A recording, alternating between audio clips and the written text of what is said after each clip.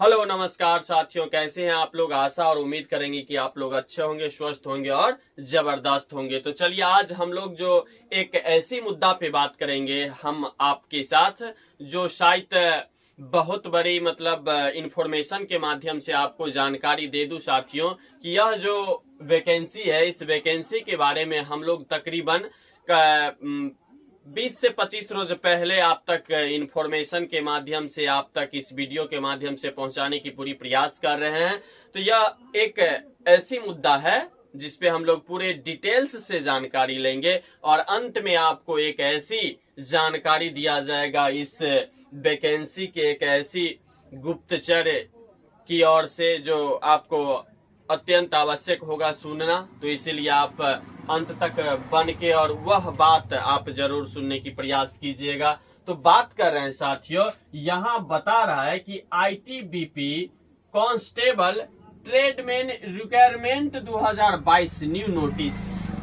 ITBP से संबंधित एक आपका ITBP constable tradesman requirement 2022 new notice आप तक सरकार द्वारा पहुंच गया है। अगर आप तक जानकारी नहीं हुआ है तो हम इस वीडियो के माध्यम से आप तक जानकारी पहुंचाने की प्रयास कर रहे हैं। इसमें जो साथियों आप समझ गए कि आईटीबीपी कांस्टेबल भी है और ट्रेडमैन भी है, मतलब मार्चेंट टाइप के कॉम्बिनिकेशन है। कॉम्बिनिकेशन क्या है कि आप ट्रेडमैन भी कहलाइएगा और कांस्टेबल भी कहलाइएगा, इसलिए लगा दिया है कि कांस्टेबल ट्रेडमैन लगा दिया गया है। ठीक है साथियों, अब हम आप तक बात पहुंचाने की प्रयास कर रहे हैं। इसमें टोटल पोस्ट जो है साथियों वह है आपका 287 पोस्ट। कितना पोस्ट की संख्या है?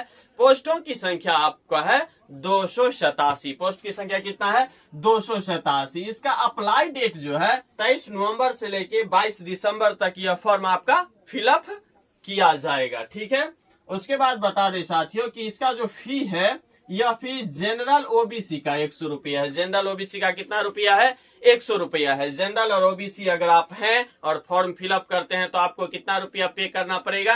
100 रुपया सरकारी चार्ज लगेगा। और खुद से भरते हैं तो वैसे भरा जाएगा। अगर किसी साइबर कैफ से भरते हैं तो आपका वहां जो वो भाई साहब मजदूरी लेंगे वह अलग से होगा। इसका जो मात्र फी है वह कितना है? ओनली 100 रुपया है। ठीक है, उसके बाद बता दें साथियों की एज जो है ना, इसमें आप खुद से शायद कन्फर्म कर पाइएगा नहीं, इसलिए बता दे साथियों आपको कि एज जो है ना, इसमें 2 कैटेगरी में बांटा गया है। एज कितने कैटेगरी में बांटा गया है? 2 कैटेगरी में बांटा गया है। 2 में जो बांटा गया है इसमें है टेलर और गार्डनर और कॉबलर। इसका जो है यह है 18 से 23 वर्ष है। ये जो तीनों पोस्ट आप देख रहे हैं, इस तीनों पोस्ट का एज जो है यह है 18 से 23 वर्ष है। इसका पोस्ट कितना है? 18 से 23 वर्ष है। इससे संबंधित ये जो ट्रेड है, इस ट्रेड से संबंधित अगर आप फॉर्म फिलअप करते हैं तो इसके लिए आपको 10th पास होना है जरूरी, और साथ में आईटीआई या ट्रेड सर्टिफिकेट अनिवार्य है, 2 साल का एक्सपीरियंस वाला। इस तीनों के लिए हम बता दें साथियों, ये तीनों जो एक वैकेंसी में जो 18 से 23 वर्ष है, इसके लिए आपको 10th पास होना चाहिए, आईटीआई साथ में रहेगा, उसके बाद नहीं होगा तो 2 वर्ष का आप जिस ट्रेड से भर रहे हैं उस ट्रेड का एक्सपीरियंस होना चाहिए। लेकिन एक बात बता दें साथियों, यह जो है सफाई कर्मचारी, वाशरमैन और बार्बर, सफाई कर्मचारी, वाशरमैन और बार्बर, ये 3 वैकेंसी जो है आपका, इस 3 वैकेंसी के लिए आपके पास उम्र है 18 से 25 वर्ष। जनरल का बात कर रहे हैं अभी, इसके लिए आपको कितना होगा? 18 से 25 वर्ष उम्र दिया गया है। इसमें जो आपको दोनों के लिए जो एज रिलैक्सेशन जो मिलेगा वह मिलेगा ओबीसी के लिए 3 वर्ष और एसटी एसटी के लिए 5 वर्ष। ओबीसी के लिए 3 वर्ष और एससी एसटी के लिए 5 वर्ष आपका एज में छूट मिलेगा। एलिजिबिलिटी आपको बता दे साथियों कि ये तीनों मतलब सफाई कर्मचारी, वाशरमैन और बार्बर, ये तीनों पोस्ट के लिए आपको 10th पास होना चाहिए और कोई एक्सपीरियंस की जरूरत नहीं है, कोई सर्टिफिकेट की जरूरी नहीं है, कोई आईटीआई की जरूरी नहीं है, कोई पॉलिटेक्निक का जरूरी नहीं है। जरूरी किसमें है? टेलर में, गार्डर में और कॉबलर में। इस सब में क्या होगा आपका ITI भी है, 2 साल का एक्सपीरियंस सर्टिफिकेट आप लगवाइए। इसमें थोड़ा मतलब झोल है। इसमें क्या है पूरे मतलब सिंपली आप 10th पास है तो आप फॉर्म फिलअप कर पाते हैं। लेकिन एक बात यह भी बता दे साथियों कि ये तीनों में जो है आपका भीड़ बहुत होगा। भीड़ इसलिए होगा बहुत कि इसमें एक्सेस बच्चा फॉर्म फिलअप करेगा, इसीलिए इसमें ज्यादा से ज्यादा संख्या में फॉर्म फिलअप होगा। और उम्र भी है आपका 18 से 25 वर्ष है, ठीक है। उसके बाद एलिजिबिलिटी मतलब रिलैक्सेशन वो समझिएगा जी, OBC का 3 वर्ष और SC ST का 5 वर्ष। उसके बाद एलिजिबिलिटी 10th पास इसके लिए है। उसके बाद सिलेक्शन प्रोसेस जो है इसमें बहुत जटिल है। सिलेक्शन प्रोसेस के बारे में हम बात करते हैं। सिलेक्शन प्रोसेस के हम बारे में बात करते हैं। बात करने के दरमियान जो पहला जो होगा साथियों स्टेप वो होगा PT, उसके बाद होगा PST, उसके बाद होगा रिटेन एग्जाम, उसके बाद होगा ट्रेड टेस्ट, उसके बाद होगा मेडिकल, उसके बाद होगा रीमेडिकल। मतलब इसमें आपका 1 2 3 4 5 6 मतलब 6 स्टेप से आपको गुजरना पड़ेगा इसमें। अब 6 स्टेप कौन सा है? PT, PST, रिटेन एग्जाम और उसके बाद ट्रेड टेस्ट, उसके बाद मेडिकल, उसके बाद रीमेडिकल। मेडिकल में आप अगर ऐसा हो नहीं, लेकिन एक इसमें ऑप्शन दिया गया है कि अगर आप मेडिकल में प्रथम बार ब्रांच फिट अगर नहीं हो पाते हैं, अगर अनफिट हो जाते हैं, तो आपको एक और मौका चयन आयोग की ओर से आपको दिया जाएगा। तो रीमेडिकल भी एक प्रक्रिया है इसमें, मतलब सिलेक्शन प्रोसेस के लिए। उसके बाद बता दे साथियों कि PT में आखिर होगा क्या क्या। PT में होगा क्या क्या? तो PT में जो होगा साथियों, यह मेल की बात हम कर रहे हैं। PT में जो आपसे किया जाएगा काम वो होगा साथियों रनिंग। PT में क्या लिया जाएगा? आपका रनिंग लिया जाएगा। रनिंग जो होगा वो होगा 1.6 किलोमीटर, मतलब 1600 मीटर की रनिंग होगा। उसमें आपका दिया जाएगा साथियों 7.5 मिनट समय। इसमें कितना समय मिलेगा? 1600 मीटर रनिंग होगा। इसके लिए आपका पर्याप्त समय कितना होगा? 1600 मीटर में 7.5 मिनट आपको समय दिया जाएगा। उसके बाद लॉन्ग जंप। लॉन्ग जंप जो है वह 11 फीट करना होगा। लॉन्ग जंप कितना करना होगा? 11 फीट। लॉन्ग जंप कितना होगा? 11 फीट। उसके बाद हाई जंप। हाई जंप आपसे 3.5 फीट कराया जाएगा। हाई जंप कितना कराया जाएगा? 3.5 फीट। तकरीबन फिजिकल बहुत आसान है, और इसे कहने के लिए तो हर एक चीज आसान है। संभव सब कुछ है, असंभव कुछ नहीं है। तो रनिंग 1600 मीटर 7.5 मिनट में, long jump 11 feet, high jump 3.5 feet, ठीक है। उसके बाद हाइट के बारे में चर्चा करते हैं हम लोग, PST के बारे में। यहाँ पे इससे पहले हम लोग देख रहे थे PT, अब देख रहे हैं PST। PST के बारे में जो चर्चा कर रहे हैं साथियों, PST में इधर कितना है? हाइट है, ठीक है। फॉर ऑल मतलब ऑल कैटेगरी के लिए जो हाइट की जो माप है वह है 170 सेंटीमीटर। हाइट की कितना माप है? 170 मीटर, 170 सेंटीमीटर, ठीक है। और ST का जो है ना, ST का यह होगा 162.5 सेंटीमीटर। जनरल, OBC और SC, जनरल, OBC, SC, इसका कितना हाइट होना चाहिए? 170 सेंटीमीटर। और प्रॉपर ST का इसमें छूट मिला है, 162.5 सेंटीमीटर इनका हाइट होनी चाहिए, ठीक है। अब हम लोग बात करते हैं साथियों इसका मेल के बारे में, तो जान लिए फिजिकल। उसके बाद हम लोग फीमेल के बारे में चर्चा कर लेते हैं, कारण ऑल इंडिया वैकेंसी है, मेल फीमेल दोनों मतलब फॉर्म फिलअप कर पाते हैं, ठीक है।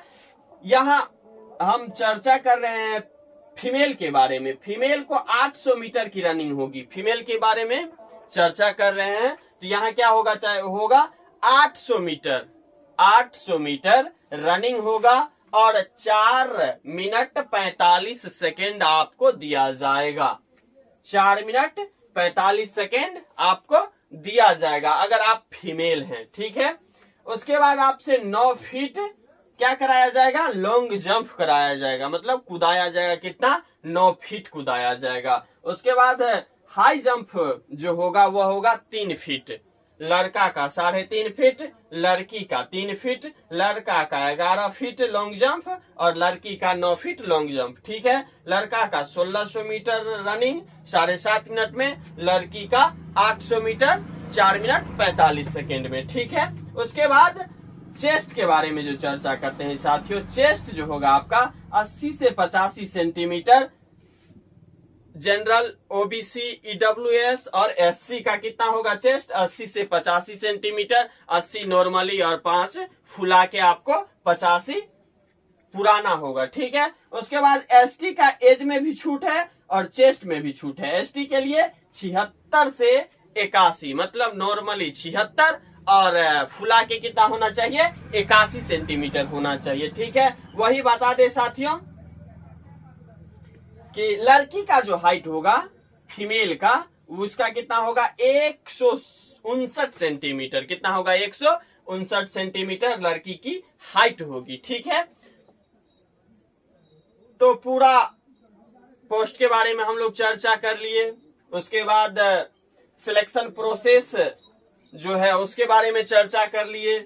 उसके बाद हम देख लेते हैं कि सिलेबस, अभी तो पीटी पीएसटी के बारे में हम लोग चर्चा कर रहे थे, अब हम लोग बात करते हैं क्या कि रिटेन एग्जाम, रिटेन टेस्ट के बारे में चर्चा करते हैं। रिटेन एग्जाम सिलेबस के बारे में चर्चा करते हैं। तो सिलेबस जो है आपका साथियों यह रहेगा 50 क्वेश्चन 50 मार्क्स का। 50 प्रश्न पूछा जाएगा आपसे आयोग की ओर से और 50 नंबर आपको, प्रत्येक प्रश्न 1 नंबर को दिया जाएगा। ठीक है, उसके बाद बता दे साथियों एक बहुत बड़ी इंपोर्टेंट बात जो है, यह बोले थे कि अंत में बोलेंगे कि इसमें निगेटिव मार्किंग नहीं है। इसमें क्या चीज है? निगेटिव मार्किंग नहीं है, मतलब आप गलत भी करिएगा तो आपका सही में से कटने की कोई गुंजाइश नहीं होगी। तो इसमें निगेटिव मार्किंग नहीं है। निगेटिव क्या है? नो के बराबर है। निगेटिव क्या है? नहीं है। ठीक है, अब 50 प्रश्न 50 नंबर का होगा तो किस विषय से कितना प्रश्न पूछा जाएगा? किस विषय से कितना प्रश्न पूछा जाएगा? तो आपको बता दे साथियों कि जीके और जीएस से 15 क्वेश्चन पूछा जाएगा। जीके जीएस से क्या पूछा जाएगा? 15 प्रश्न पूछा जाएगा, 15 नंबर आपको मिलेगा। अगर आप गलत भी बनाते हैं तो उसका नंबर कटने की कोई गुंजाइश नहीं होगी। ठीक है, उसके बाद मैथ जो है, मैथ से आपका 10 प्रश्न पूछा जाएगा। मैथ से कितना प्रश्न पूछा जाएगा? 10 प्रश्न। इसमें भी आपको प्रत्येक प्रश्न के लिए 1 नंबर दिया जाएगा। निगेटिव अगर जाते हैं तो उसमें नंबर कटने की कोई गुंजाइश नहीं रहेगी। उसके बाद हिंदी और इंग्लिश, आप 2 में से कोई एक चूज कर सकते हैं। आप 2 में से कोई एक को चूज कर सकते हैं, लेकिन हाँ किस स्थिति में? जिस स्थिति में आप इसमें अच्छे हैं, इंग्लिश में अच्छे हैं तो इंग्लिश ले लीजिए, अगर आप हिंदी में अच्छे हैं तो आप हिंदी ले लीजिए। ठीक है, हिंदी और इंग्लिश दोनों अलग अलग में से आपको एक चूज करिएगा, उसके लिए आपको 10 प्रश्न पूछा जाएगा, प्रत्येक प्रश्न 1 नंबर की होगी। ठीक है, उसके बाद रीजनिंग जो है साथियों, इस रीजनिंग फैकल्टी में आपको 15 क्वेश्चन पूछा जाएगा, 15 नंबर का रहेगा। ठीक है, तो 15 और 10 25 और 10 35 और 15 50। मतलब ये नहीं है कि अदर एसएससी के थ्रू या मान के चलिए इस पैरामिलिट्री के दरमियान जो भी एग्जाम होता है वह 4 भाग में बांटा जाता है। हिंदी, इंग्लिश, मैथ, रीजनिंग 25 चौका 100। अभी तो फिलहाल इस एसएससी जीडी में हो गया है 20 चौका 80, 2-2 नंबर का है। ऐसे भी वीडियो हम बना चुके हैं। तो इसमें जो है साथियों अलग अलग हिसाब से प्रश्न पूछा जाएगा और अलग अलग हिसाब से आपका अंक मिलेगा। जीके जीएस करंट अफेयर से 15 प्रश्न पूछा जाएगा और फिर मैथ में देखिए आपसे 10 प्रश्न पूछा जाता है। अगर आपका मैथ भी वीक है, अगर आपका क्या है, मैथ अगर आपका वीक है, तो यहाँ एक ऐसी अपॉर्चुनिटी है आपके पास कि आप 15, 10, 25 और 15 40 नंबर आप मैथ में वीक है तो ये सब तो अच्छा होगा।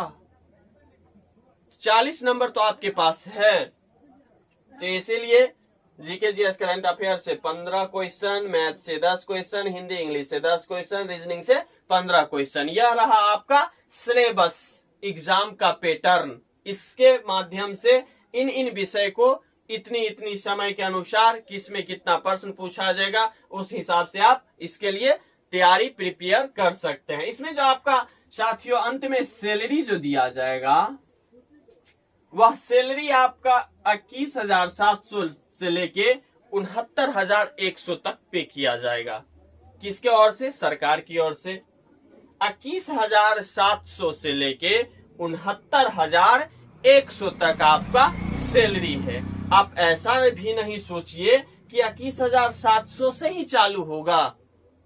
कहीं से हमको लग रहा है कि ऐसी बात संभव नहीं है। इसलिए नहीं है कि यह एक क्राइटेरिया है जिसके थ्रू सरकार इनको मतलब दिखावे के लिए प्रस्तुत करती है। इसमें तकरीबन हमको लग रहा है कि 25,000 से लेके 30,000 के बीच में, इस दोनों के बीच में हो सकता है आपका 27 मिले, हो सकता है 30 भी मिले, हो सकता है 26 भी मिले, लेकिन यह सुनिश्चित है कि 21,700 इक्वल टू 22,000 से ऊपर ही आपकी सैलरी बनने जा रही है इस वैकेंसी के दरमियान, अगर आप इसमें सिलेक्ट होते हैं तो अंत में एक गुजारिश आपसे करूंगा कि अगर हमारे द्वारा अगर एक भी मुद्दा पे बात अगर आपको अच्छी लगी हो तो एक प्यारा सा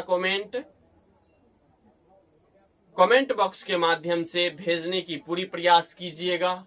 इसके लिए हम सदा आभारी रहेंगे आपका।